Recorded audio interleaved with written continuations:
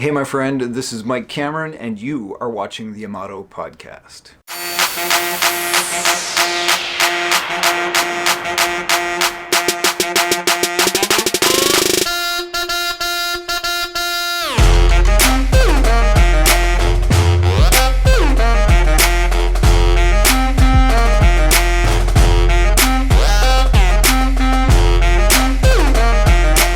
So who is Joe Scafone? So that's my legacy story. I think leaders need to be thoughtful. Doing the right thing because it's the right thing to do.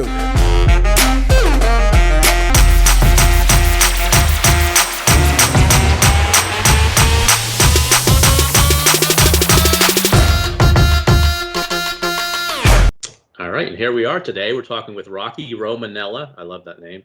He's an experienced CEO, keynote speaker, executive advisor, an expert in customer service and leadership development. True storyteller. If you haven't been on YouTube, go on YouTube and search for him. Great videos. Welcome. I appreciate you today. Oh, Ryan, it's a pleasure to be on the call with you here today, and I look forward to our discussion. Could you give me a little background on you? Oh, thanks. I'll try to keep it short. Over 40 years of business. I started out, ironically, went to college to be a high school history teacher and a baseball coach. Oh. And that's how it started. But I needed to work my way through school. And my dad, rest his soul, said, one of my kids is going to college. You're the oldest, but we got no money. So I started working at UPS unloading trailers part-time. It was a way for me to work my way through school and pay for my tuition. So that's how I started out. Really wasn't sure I was ever going to stay at UPS because I wanted to be a high school history teacher. But what I found out as I was working at UPS as a part-timer is that the best leaders that I engaged with and the people I really started to gain respect for were those individuals who could get their people to connect the dots. So they really were coaches and teachers. And I thought to myself, well, maybe my classroom will just be different. It'll be in business versus being inside the traditional classroom. So I never gave up my passion to coach. Never gave up my passion to teach. I just did it in a different classroom. And so quickly, UPS had a promotion from within policy. My dad, rest his soul, told me two things when I got my job at UPS. He said, hey, whatever they ask you to do, say yes and thank you, and then learn your job and learn some more. And so as I was working my way up through UPS and taking advantage of this promotion from within process, as they tapped me on the shoulder, all I could hear my dad say, hey, just say yes and thank you. Okay, if you think I'm the right guy, okay, we can do that. So, and the thing I learned through that, Ryan, and I think was such an important lesson for me as a leader, and I think it's such an important lesson whether as an entrepreneur and as a leader, is there are going to be times when you have to believe in your people until they're ready to believe in themselves. It's like the day it's like the day your son became the starting position player. And then at that, he may have been nervous, he may have been excited, he may have been anxious, but the coach believed in him until he was ready to believe in himself. Then he had some successes, and the next thing you know is he could play. He had confidence in himself. It's the same in business. You believe in your people. And so someone believed in me well in advance of me believing in myself at UPS. And then there gets that point where it's kind of like you get to that break-even point where your skills, your experience, your knowledge, you're starting to take over on your own. And then there's a point where you just fly. And that's when good leaders step back and they don't overmanage. You and I were talking before. I mean, you're at the point now where you have some wonderful people working for you and they're running the business on your behalf. Well, the best thing you do at that point is you become the coach, cheerleader. Good job. Keep up the good work. Thanks for all you do. So I think that's some of the lessons I learned. And then we had an acquisition spree at UPS. We acquired Mailbox, et cetera, which we now rebranded to the UPS store. I had that as a direct report. So it gave me a chance to work with some of the most wonderful entrepreneurs. I really gained some great insight into that entrepreneurial spirit. However, I was not an entrepreneur at that time. And so I just had some great learning, some great knowledge. And I'll tell you, Ryan, I have some of the greatest respect in the world for entrepreneurs. I don't know if I could do it the way you did when you started your business or the way they did it, right? So for me, that's where I have some of the greatest respect.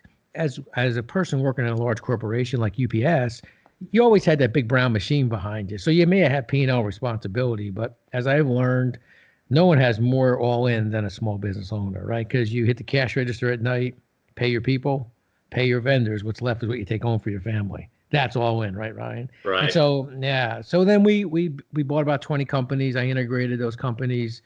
At 55 with 36 years, retired at UPS, and then got recruited to be a CEO of a telecom company right there in Bluebell, Pennsylvania. We built cell towers, upgraded cell towers, had a sale there, and then started my own company, 360 Services. So I guess you could argue or say the thing I failed the most at in my business career was retirement. What were you essentially responsible for at UPS? So I was a region manager at the end of president, and so I had regional responsibilities. My largest region was the Southeast region. We had probably over 80,000 employees, probably about 2 or 3 billion in revenue at that time. So had that responsibility. I had responsibility for mailboxes, et cetera. Then becoming the UPS store, that was a direct report to me. And then I had This Side the World. Once we integrated with the companies we purchased from Supply Chain Solutions, then I had This Side the World. So I had everything on this side of the hemisphere for UPS on the supply chain side. One struggle now for companies is hiring, regardless of the virus issue right now. But in general, and we saw a change in our company as well. We used to put an ad out. We would get 100 people apply a couple of years ago.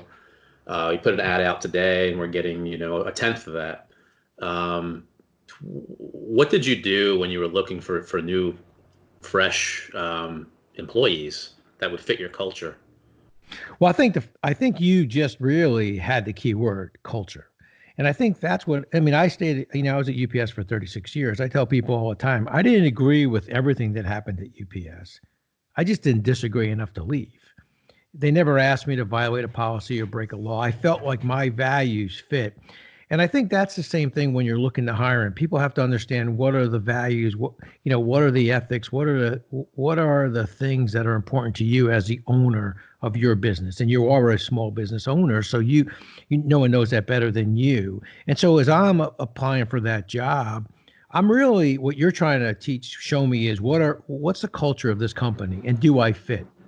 And I think that's what's so important, because when people feel like they fit, they get through difficulties without leaving because they know they fit. They may not be happy with the decision. They may say, well, I would have done it differently, or I'm not happy about this decision, but I feel like I fit. I feel like my values and ethics match up. And I think that cultural piece is such a huge piece. And I think the second thing when it comes to small businesses, I always tell small business owners, I get this opportunity now in this business I started now. We do a lot of consulting with small business owners.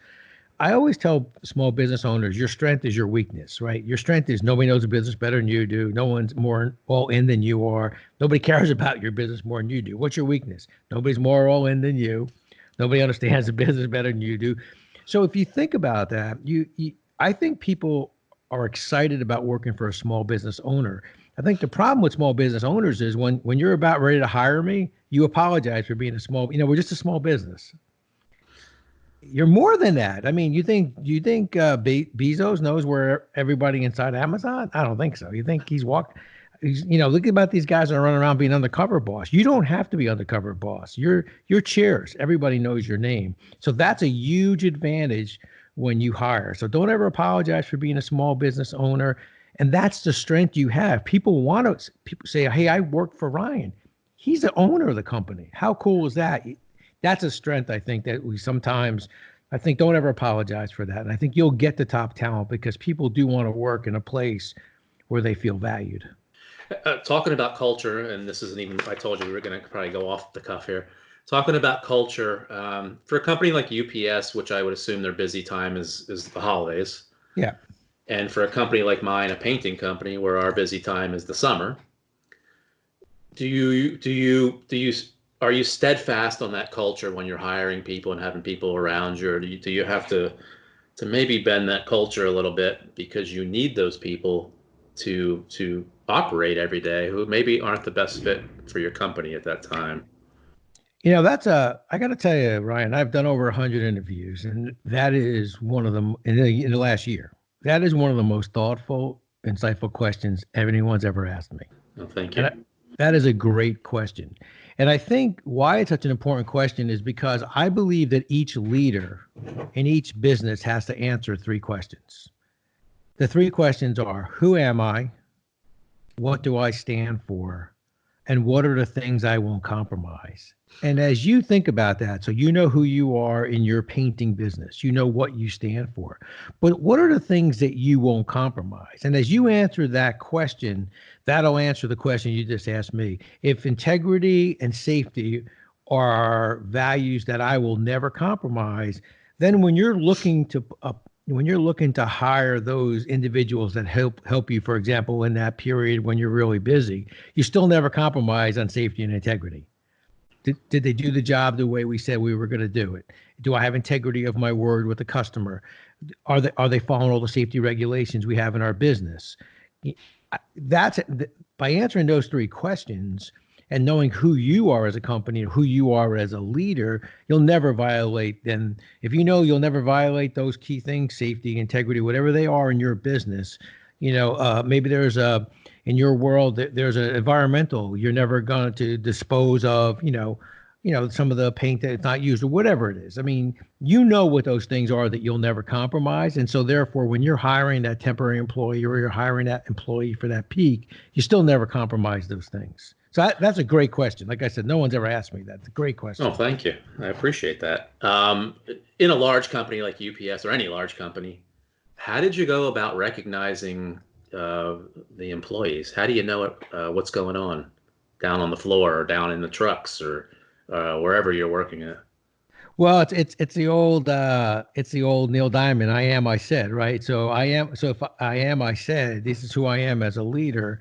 This is what I said I would do. And the way you follow that up is you get out of your office and you walk around.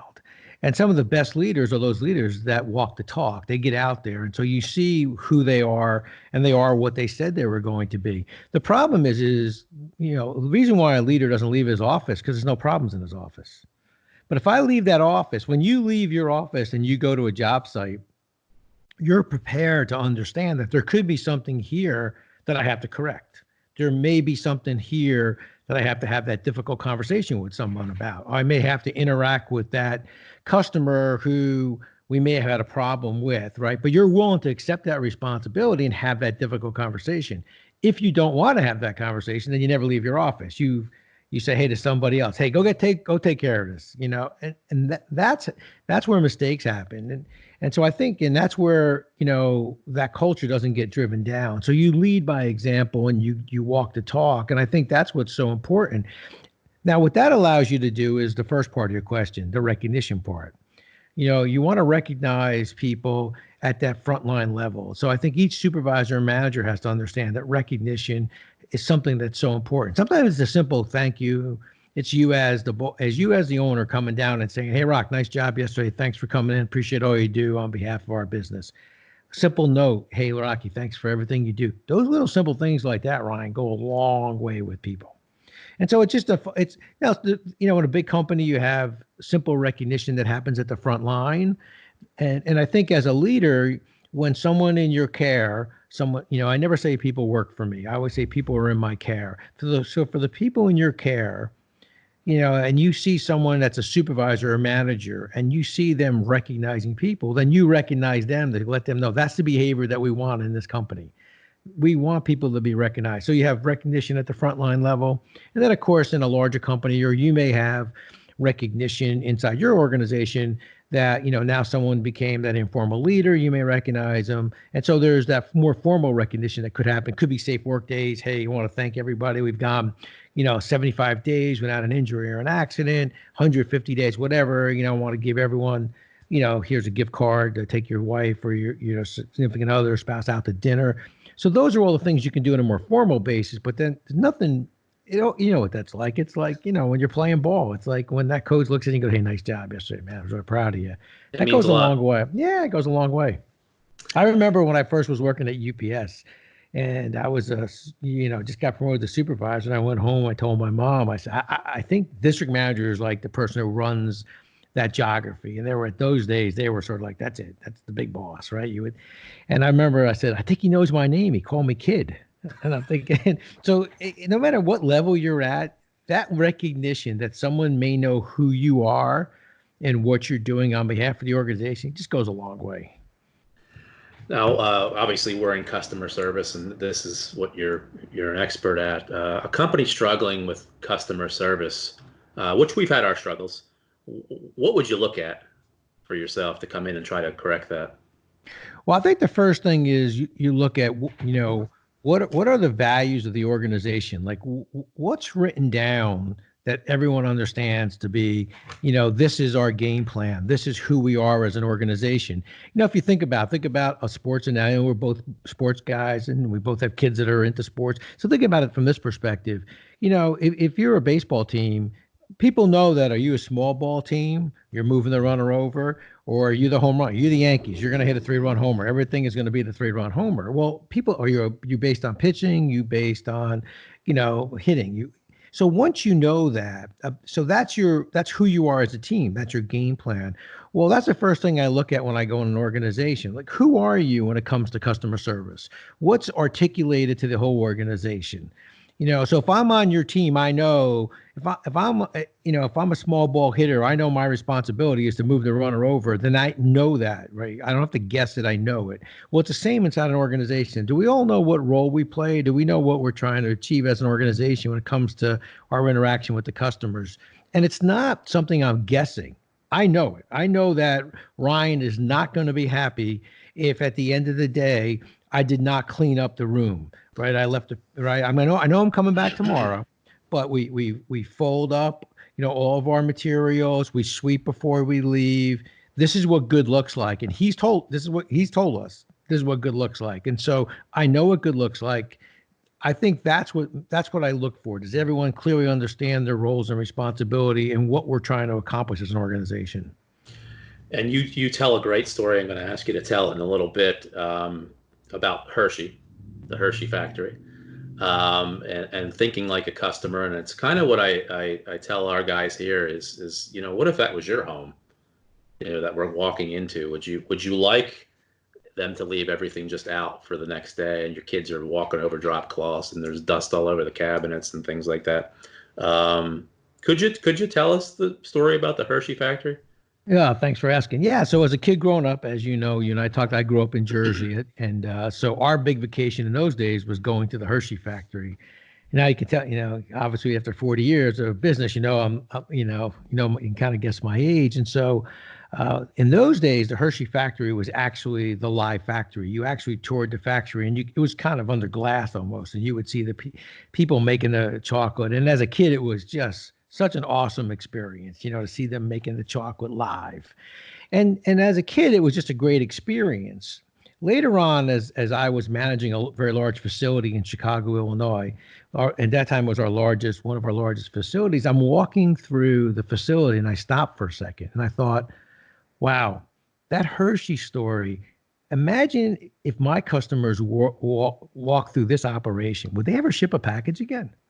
I mean, think about it. We walked through that Hershey factory and the people were working. They were doing their jobs. Hershey had to have so much confidence in their people, and their people were doing all the right things. And none of us walked out and said, hey, did you see that person? They were doing this or doing that. So to me, I thought about, wow, I have to run my operation as if it's my Hershey factory, that a customer could walk in at any time and ship a package, and they would be proud to give me their packages based on how I'm handling their packages. And so from that point forward, I challenged all the people who in my care, whatever job I had, to create their own Hershey factory. Think about, people always say, right, you never want to walk into the kitchen of a restaurant. Well, in our world now, what we're saying, you and I are saying, no, we want you to come through the kitchen. We want you to be proud to walk through the kitchen, and then you're always going to want to eat in our restaurant because we created that Hershey factory. So for me, that was my aha moment that, wow, I've got to create a Hershey factory in everything I do. And the customer has to want to come in at any time unannounced, and they're going to want to ship a package with us again.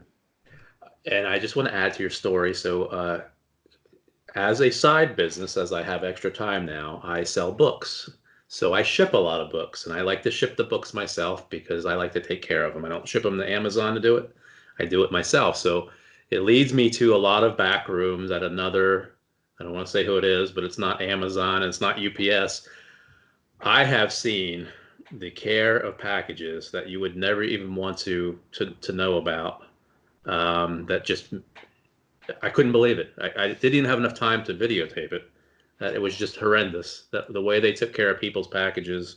I literally saw a truck open up the back rolling gate, and they were taking bags of packages and just throwing them. I mean, it had to be 10, 15 feet, just throwing them on the ground. It was amazing. So that just adds to your story that, if that's what they're doing when they don't even think that I'm there, or when they know I'm there, right. What are they doing when we're not there? Well, it's interesting you bring that up, because so for me as a leader, as you're starting to get, up in these organizations that are so large, you have to find ways to double check in your mind that things are going well. So I would go visit an operation, and so the thing I'm looking for is, this is as good as it gets. So if the facility is a little bit messy, or if there's packages on the floor, or if people are not, not walking, but they're running to their next location, then you have to think to yourself, well, this is as good as it gets. The president of this region is here. And so what's it like when I'm not here? I mean, who invites someone over their house and says, hey, leave the place a mess? No, you clean it up. No one says, let's leave the place a mess. So that's a great point you bring up, is that's as good as it gets. And so I think as a leader, those are the things that you're looking for. Hey, you're going to go visit a job site, and you get there, and it's not the way you like it to be. It's not buttoned up. And you start to think to yourself, well, they know I'm coming, and this is as good as it gets. What happens when I'm not here? So that's a great point you bring up. Managers, are people born good managers, or can they be developed? Could you take somebody right off the street that you just hired, and make them into a great leader? Well, so I'm of the belief that leaders are made, not born, and that's a controversial subject. And the reason why I think that that's true is because I'm not sure that when I was born, anybody would have thought when I was in grammar school that I was going to be who I am. So I mean, I don't think the Lord touched me on the forehead and said to St. Peter, hey, send him out to be a good leader. I think you're made. I think the key, though, is, and it's something I think that I talk a lot about in this topic of succession planning, is, as a leader, you can't want more for your people. This is the Jersey in me having a hard time. I make sure I say it right. You can't want, when you want more for your people than they want for themselves, it doesn't match. That's the key. So you may identify someone who you think in your organization, as your organization's growing, and now you're up to the next number of crews and the next number of crews. And before you know it, you're saying, well, I got these 4 crew leaders. Now I have to put a manager, to manage the 4 crew leaders. Well, one of those 4 crew leaders you may think is the right person for that job, but you want it more for him or her than they want it for themselves. That's when the disconnect happens. It has nothing to do with their skill or their confidence. They don't view themselves that way. And so that's where the disconnect comes sometimes. And I think, so to answer your question, I think leaders are developed. I think leaders are made over the course of time. And I think, but they have to want that desire to be that type of leader. Now, interestingly enough, I think we're all leaders.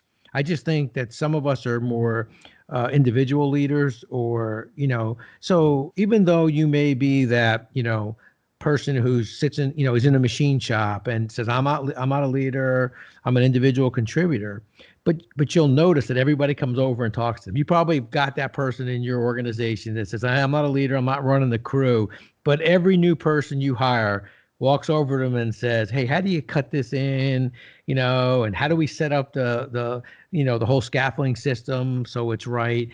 And so they'll say they're not a leader, but by the way they conduct themselves, they are really an informal leader. So we're all leaders at one time or another. It's just whether we want to be that out front leader or whether we're the individual contributor. But when you decide that individual contributor should be the leader and they don't want to be that leader, that's when you lose them. That's when the disconnect happens, and that's when you start to have that problem. So that's, I think that's when this whole concept of leaders learning and being made and developing starts to struggle with it, because it's like you always got a person on the bench that bats 6th or 7th or whatever, and the minute you put them in the number 4 slot, they never look as good as they did at 6 or 7. I mean, it's just a fact, When you were at the top, who would you go to as a mentor, or just to throw your thoughts past them? Well, there's always a couple key people that you trust. I would say, ironically, my wife Debbie has always been that kind of into my adult life. My dad, I think has passed away, but in my childhood, he was always such an important part of my life. But Debbie was always that kind of logic check when I'd come home and I'd be like, something's not right here. But there's always that one or two people. I worked for a couple of very great people who were wonderful to me, who I could bounce ideas off of. And then when I took on that role as a CEO, there was an individual who was that person you can call at 7:00 in the morning and say, hey, this is crystal clear to me.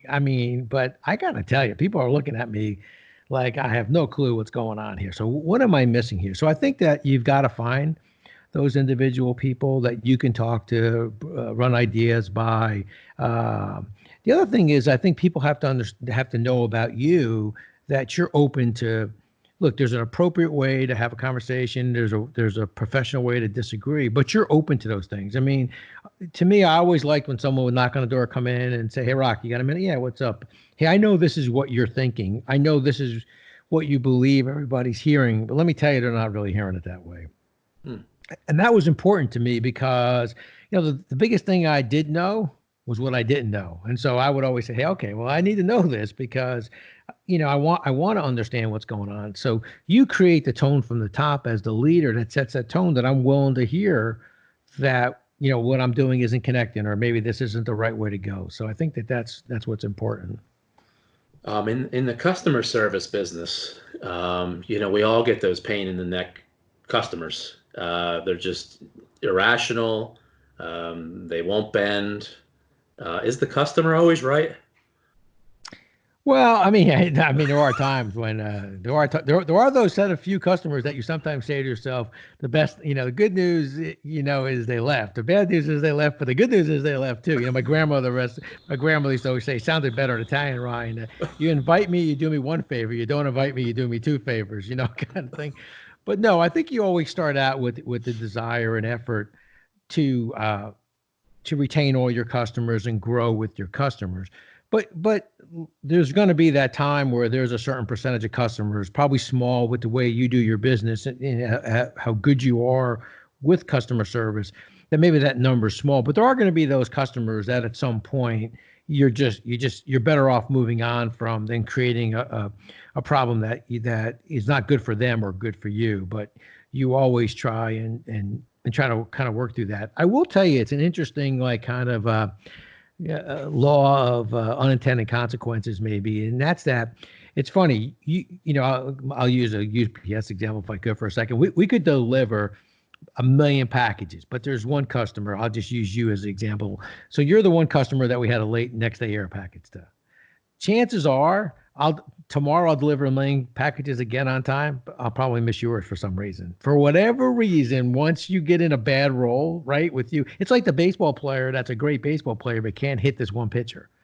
And you're thinking to yourself, how is that possible? You hit against Hall of Fame pitchers, but yet this person here, you can't hit against. And it's kind of the same thing. And so once you recognize that, this is a customer I'm starting to have a service disconnect with crazily more than I probably should, you got to recognize that, I got to get this thing solved sooner rather than later, because it's just not going to go away. I've got to get on top of it. So maybe that's where, one of your managers follows up on it. And, for us, or maybe it's just me as an owner, you just mentioned it as well. I could have, we do, 500 great reviews. And then you get that one bad review that, they didn't clean up or they didn't do this and it was horrible. And, we fixate on that bad one. And I totally forget about the 500 other good ones over there, or all the other great jobs that we're going to do in the meantime. So that's not a good thing either. And like we said, the customer's not always right on our end, but we try to wow them. So you also talk about thinking like a customer with customer service. Could you tell us about that? Yeah. So in my concept, and I talk a lot about it in the book, I have this concept of balanced leadership. And for me, balanced leadership is you when you're making all your decisions, or, you want to think like a customer, you want your people to feel like valued individuals, but you want to act like an owner in all the things that you do.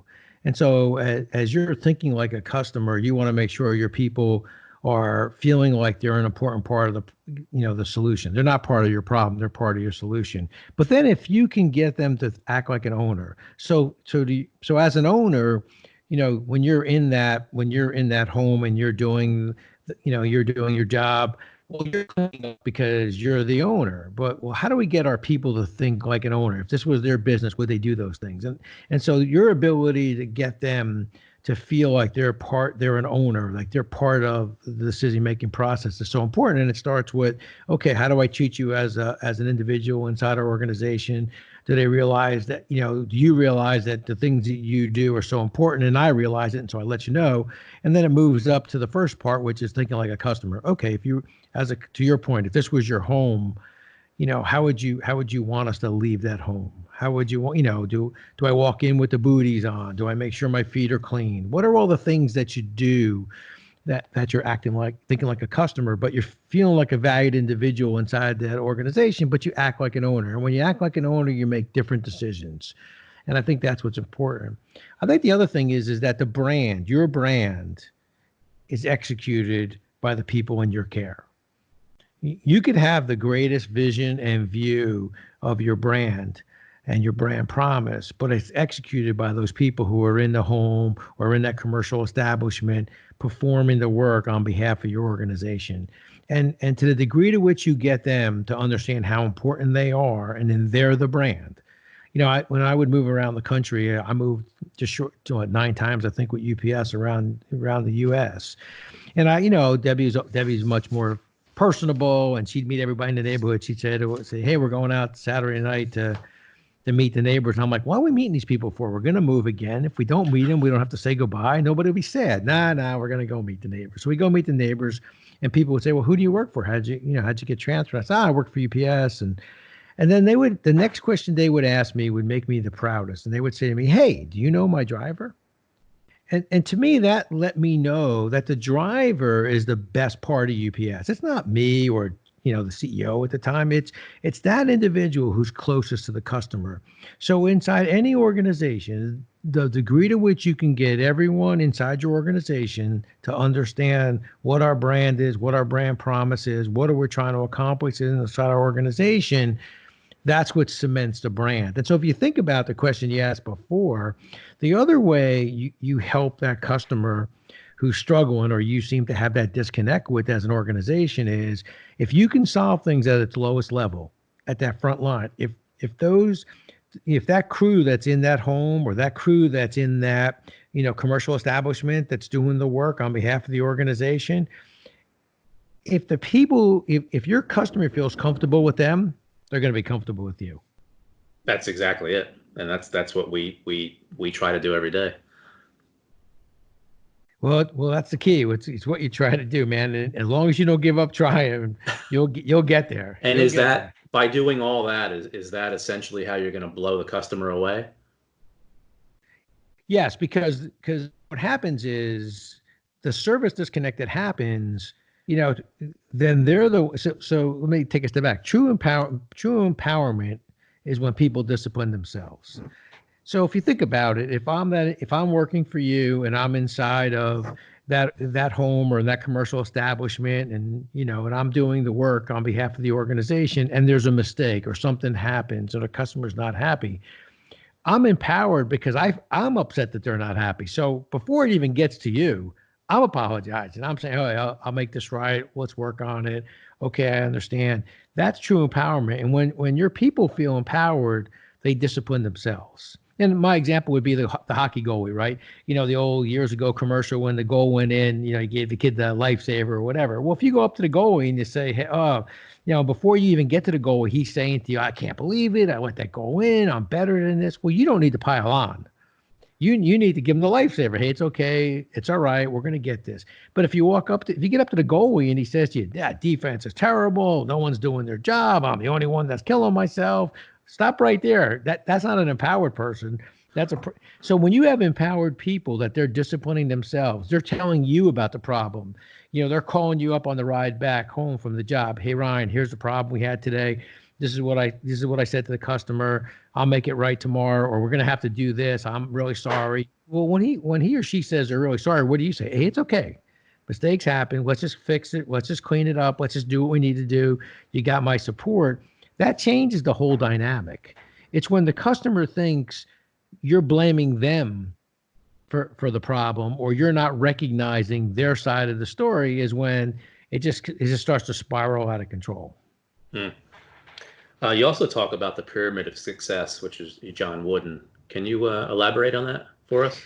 Coach Wooden is just an amazing person. And I had the great privilege and honor, and if you get a chance, Ryan, on our website, I actually have I spent 4 hours with him. In 2000. I interviewed him for a UPS conference, and there's my 1 hour interview with him on my website. If you get a chance, it's under Coach's Corner, and it's a John Wooden interview. But John Wooden was just an amazing man.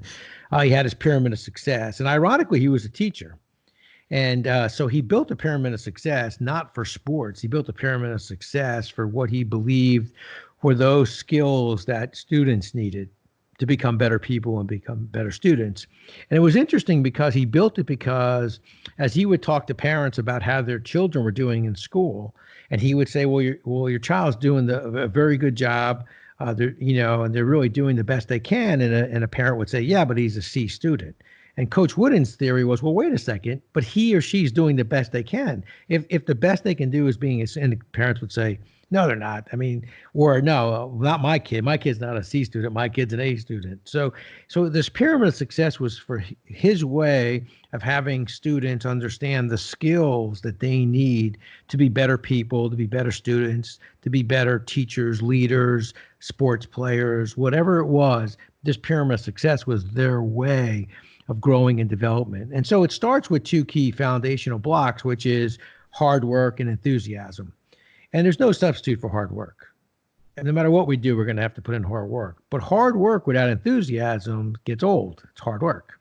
So you have to bring your own level of enthusiasm. And now think about, your son when he played baseball at the sales, right? I mean, he brought his own energy and enthusiasm, right? You never had to say to him, okay, hey, you got to hustle more. It was the opposite, right? I mean, he brought that. So then the hard work, and the enthusiasm kind of paid off for him.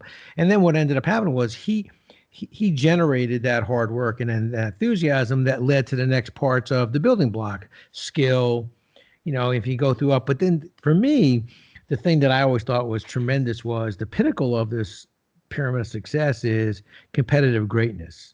And Coach Wooden described it as being your best when your best is needed. And that was regardless of whether it was a sporting event or whether it was a test in school or whether it was in your job or whatever your job was. Competitive greatness is being your best when your best is needed. So if you look at the building blocks that are in the pyramid of success, there are all those really important qualities of being a good person, which then leads to being a good leader, or a good doctor, or a good teacher, whatever you're good student, whatever you're trying to accomplish. The pyramid of success gives you all those skills that help you kind of move up to that pinnacle, which is competitive greatness, being your best when your best is needed. So I'm a huge Coach Wooden fan and read all his books, but when I got that chance to spend literally 4 hours with him in his, you have a second for a quick story? Oh yeah, absolutely. So each year the UPS had what they call the management conference, and it was the top 200 leaders inside an organization that, that probably 35,000 manager people. And so they would have this conference, and they would always try to, have these committees that, put together these different either workshops or, speeches or conversations. And so I had seen Coach Wooden. I was in Southern California at the time as the district manager, and I had the chance to see Coach Wooden speak. And so I'm on one of the committees, and I said to the group there, I said, hey, I just saw Coach Wooden speak. I've read about him, but he's an amazing speaker. We should try to get him for our conference. So they looked at me and goes, good luck. So I get back to Southern California, and I call the UCLA athletic department, get the assistant athletic director, and said, hi, my name is Rocky Romanella. I'm the district manager here at UPS. this is what we got going on. Do you think Coach Wooden would be interested? And the guy says, yeah, you know what? Here's his phone number. I wouldn't call him right away, but I would send him the information that you're interested in, and then wait a week or two and then call him. It'll go in his answering machine. And if he's interested, he'll call you back. So I put together this whole proposal, send it next day air UPS, obviously, right? And then wait about 2 weeks. So now I call him back. Hey, Coach Wooden, Rocky Romanella, sent you this proposal, but I don't hear back from him. So now it's getting late. So they UPS like, hey, if you don't hear from Coach Wooden, we're gonna have to go in a different direction. So it's a Friday at night. I call Coach Wooden. Hey, Coach Wooden, Rocky Romanella, I sent you this whole presentation. Coach, look, and I go through the pyramid of success. I got all the hard work, enthusiasm. I go, but Coach, I got 4 kids. I could really use your help. So I leave. I take my son to his hockey practice, and my daughter Jean Marie calls me up and goes, "Hey, Dad, some old guy called you, Coach Wooden." I go, "Oh my God!" So I pull over. Now it's 2000. You got cell phones are still in the big bags. You know what I mean? Like, "Hey, Coach, how are you?" He goes, "Hey, Rocky, how are you?" And he goes, I said, "Coach, can you help me?" He goes, "Absolutely. What are you doing next week? Why don't you come to my condo?" So I literally went to his condo. Spent 4 hours with him. Now, what's the best part of the story? The best part of the story is at the end, I said to him, "Coach, what's your fee for all this that you're, certainly whatever it is." And he looked at me and goes, "What do you mean fee?" I said, "Well, Coach, we really appreciate what you're doing." He said to me, "You asked me for a favor. I absolutely don't want any fee at all." I said, "Oh, Coach, that's really generous. Really appreciate it." I go, "But we really want to do something." He looked at me and goes, "Well, would you be willing to donate to the Jimmy Valvano Fund?" I said, "Coach, absolutely. Whatever amount you want." He said, "Well, would you do 5,000?" Now here's Coach Wooden, a legend. I said to him, "We'll do better than that." And so that to me was, such an amazing thing that he did. And it taught you that, leadership is about being humble. Leadership is when you realize it's never about you as the leader. It's always about the people in your care. It's never about you as the owner. It really is about all those people who are out there every single day representing your brand and representing your business and representing your brand promise. And once you realize it's not about you, everything changes. And I realized that day that it was never about Coach Wooden. I remember asking him, I said, "Coach Wooden, do you ever think that there'll be another run like you had at UCLA?" And he looked at me and he said, "No, but it has nothing to do with me." He said, "The difference is," he said, in this era that I coached, there were only a few schools on TV. Once you started winning, everybody wanted to go to UCLA. Now kids have so many more choices. They have so many more opportunities, he said, and it'll be difficult to put together those kinds of teams because, these kids have so many more choices. But he never said to me, "Oh, no, I'm the greatest coach of all time." Absolutely not. He said, "No, it has nothing to do with me. I was fortunate to be in this era." Now, look, you and I both know it wasn't fortunate. He was just an outstanding coach. But the fact that that's what he believed, that was probably one of those moments for me in my development. That was probably in the top 2 or 3 moments I had as a leader or as a person who had responsibility of leading people. I took a step back and said, "Okay, it's never about you, Rocky. It's always about your people." That's an amazing story. Could you tell me one more? I love your Joe Scafone story. Can you tell everybody about Joe Scafone? Oh, my buddy Joe. Yes. So one of the things I think that's an important aspect of leadership is the ability to not stop at the first right answer.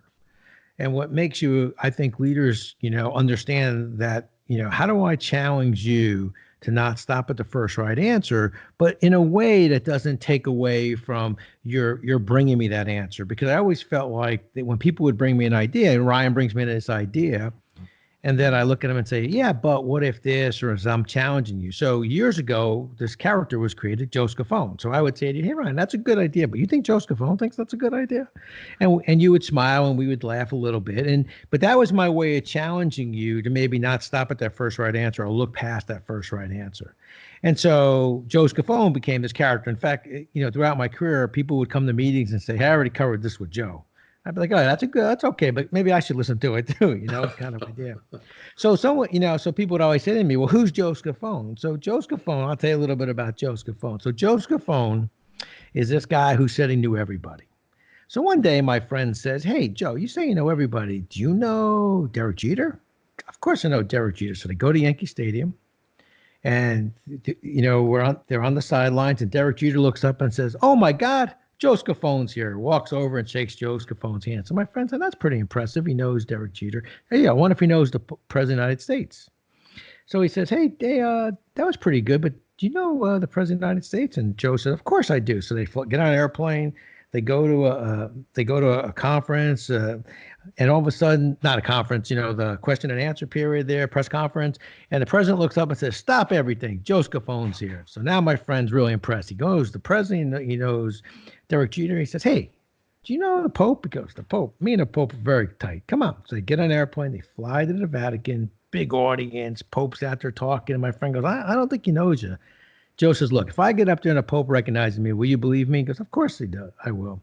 So Joe goes up. Pope turns around. "One on to me. Joe Scaffone's here," and gives him a big hug.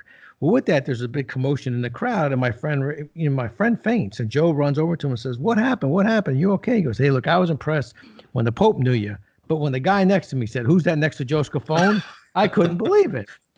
So Joe Scaffone became this guy who knew everything, kind of knew everybody, but Joe was the guy who challenged you in a polite, positive way, not to stop at the first right answer. So that was my way of saying, great idea, but what if you look at it in a different way, just to challenge you? Now, the hard part is that it's a right answer, right? So I'm challenging you maybe not to stop at that first right answer, only because if you look past that first right answer, maybe you'll find a deeper, wider answer. Maybe you'll find an answer that you uncover some unintended consequences of a decision. So that was it. So that became Joe Scaffone. And when I wrote my book, it was easy for me to write it as Joe Scaffone. Then it would be the person who says, "I would do this," or "I would do that."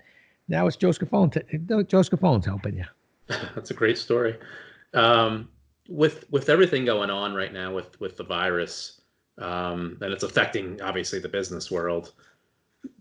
What changes do you see once we come out of this for large and small businesses?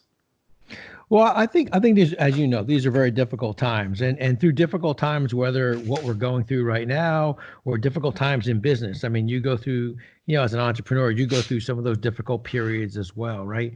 I mean, maybe not to this extreme, but difficulties. And I think the first key is don't let your highs get too high and your lows get too lows, because if you get your highs are too high, you're going to have a low period. And so the gap between the high and the low gets much wider. So if you can kind of keep that gap closer together by not getting too high or not getting too low, that certainly helps you through this. I think the other thing that's important is always to understand when you're looking at your priorities in a difficult time. Understand, put things in the category of nice to do and need to do. As people are going through these difficulties right now, with financials or money or whatever, I think it's important to understand what are the need to do things I need to do. I need to do these things, and what are the nice to do. And unfortunately, you can't get to a lot of nice to do things right now, maybe, but you'll get to them at some point. And so I think that that's also important. So I feel like those are two critical steps that always help me through difficult times. And I'm going through those same things right now. We had 3 consulting jobs that were just really doing really well that we're not doing them right now. It's okay. We'll get through this, but what are the nice to do, need to do things? And then, so I think that's what's important. I think that it's going to be interesting. There's going to become new businesses that come out of this. And I think I'll give you a quick example. I think that when you look on the healthcare side of things, I think you'll see that, you may see more of the teledoc scenario where people before would have been a little bit nervous to maybe do a teledoc, get on the phone and talk to their doctor as part of a visit. Today they're doing it. And, they're like, okay, this worked. I felt okay. So that may be step one of care that we never thought, we thought sounded good, but people were afraid to do it. I think that teledoc scenario may stay there a little bit longer. I think that I think when companies think about their how they're prepared for disaster preparedness or business continuity, maybe a better way of putting it. Everybody, it's like when the school said, okay, everybody, we're going to go to online learning. Well, that sounded really good, but it was a much more difficult process. And so now to be more prepared, I think you'll see more online learning. You'll see that, maybe they'll just, think about how we went to school versus how we may go to school in the future. And if you you're learning now that, well, maybe we don't need spring breaks. Maybe what we need is, that week that you want to give them off, it's all from home then maybe. And then maybe you shorten the school year or whatever. I don't know if that's right or wrong. I mean, but I think that you'll see things like that. They'll be different. So there'll be some very good things that come out of it. There'll be some industries that, will struggle and won't make it. So if you think about it from this perspective, there's three types of companies that'll come out of this. There'll be the company that comes out stronger, absolutely stronger. They'll have understood what are the things they need to do to be more efficient. It's like you'll learn about your business, and as difficult as the time is, you'll come out stronger. You'll be better, faster, leaner, because you'll understand, you'll come out stronger. Then there'll be the companies that won't be changed much. They may be a little bit, they may do a little bit more this way or that way. But then there's the third company that won't make it. And so, you hope that's the smallest number that it could be, is the companies that don't make it. But there are those companies that won't make it for whatever reason. But there is that company that's going to come out of this much better, much stronger. And I think that if as a small business owner, and even as a large corporation, if you can understand what are the things that you need to do to come at it as better, faster, stronger than you ever were, then you're just positioning yourself for that. Okay, boom.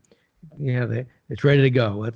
Let's tighten our sneakers. We're moving, and you just position yourself through this whole process, and then you learn some things, and you're going to learn, what are the new industries that are out there? How do I participate in those industries? I think today most people realize that that they probably need to have a smart home in terms of how is my internet connectivity? Is everything connected? I mean, there's going to be things like that come out of it. So I think that there'll be some positive things that happen. The difficulty is, how difficult it is on everyone's family, the loss of lives. That's always, never justify any of the changes. But as you go through these difficult periods, we will learn some things, and there will be new industries that come out of it. So. That's perfect. I agree with you 100%.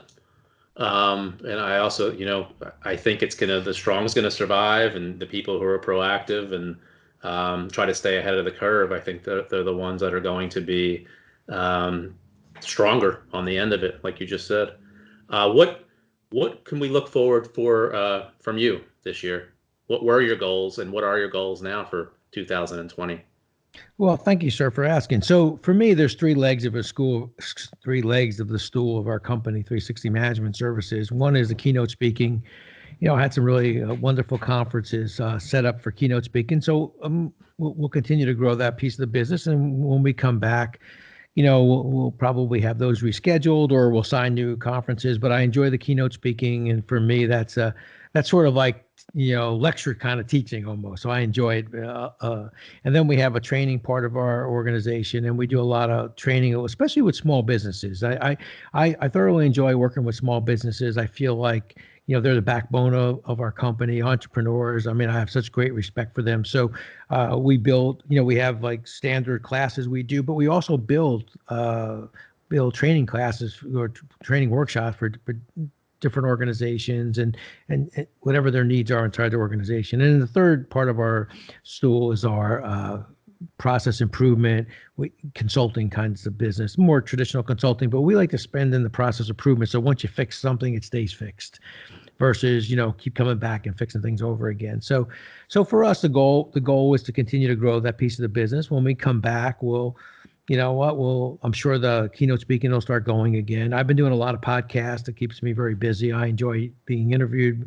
I feel like it's a way to have conversation, meet people like you and so many wonderful people out there that are doing such wonderful things out there. And so for me, the podcast is a way for me to have a great conversation. I mean, I enjoy it. We talk about different topics.